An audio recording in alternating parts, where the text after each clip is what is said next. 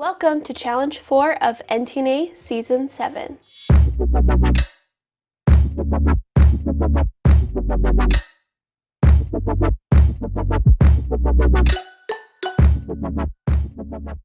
We were challenged by Glitz accessories to create a set of Vegas nails with lots of bling. So if you want to find out what I created, how I created it, keep on watching. I absolutely love Las Vegas.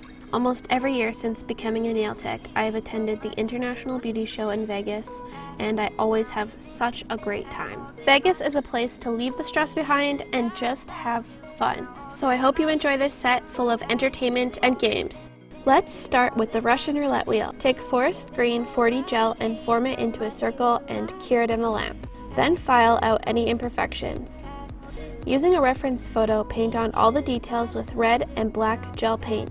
Once you're satisfied with all the details, you can top coat, then drill a hole in the middle so you can feed the wire through. Make sure to test it out and see if it spins correctly.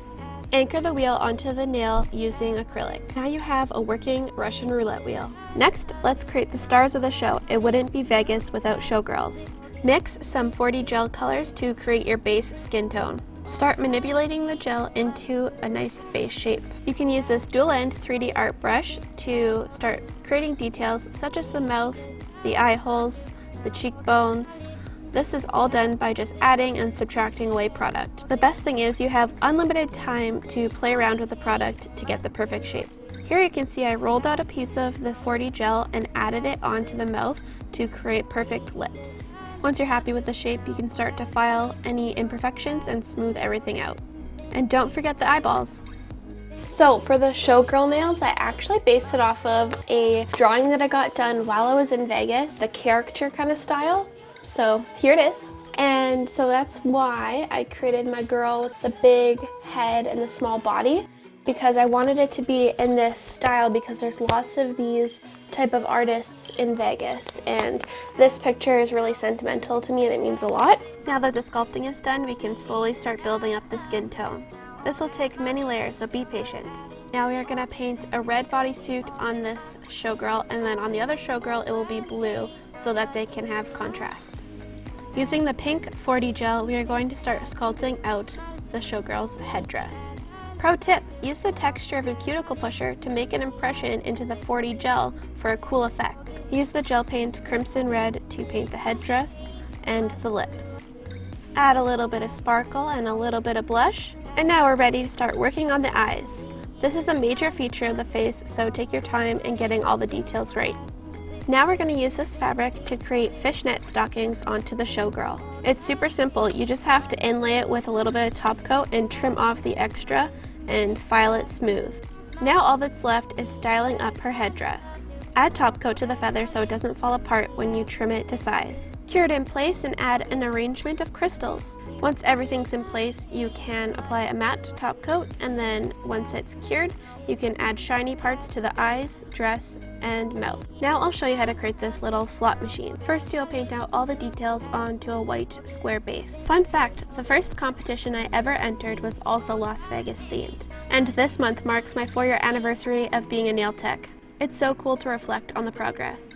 Alright, to get the handle to move, we're just going to create a little tube on wire, and then we're going to stick it in place, and then as you can see, it hinges back and forth. Okay, I am obsessed with moving nail art now. Next, we're going to create the blingy nails and learn how to keep them on long and strong. Glitz Accessories has a really cool way of applying crystals. First step is to apply their condensed glue gel all over the entire nail. Take your time with this layer and make sure that it turns out nice and smooth. This will secure the crystals in place.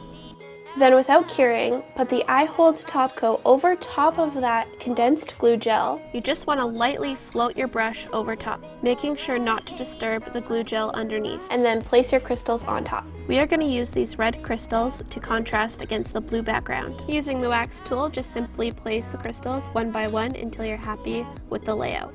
Have fun with this part and just be creative.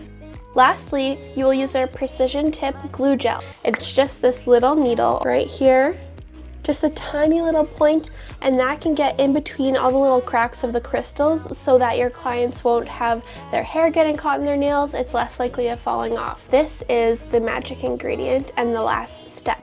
Make sure to fill up all the edges for a long-lasting result. I have a lot of clients that I know will really appreciate this extra step.